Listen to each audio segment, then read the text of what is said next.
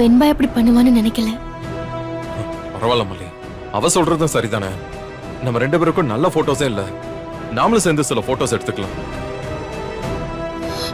இவன் வேற. நீங்க எடுங்க.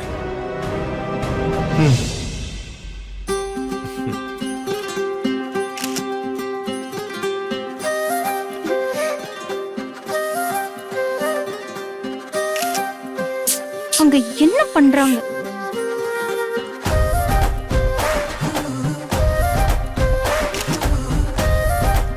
பாரு.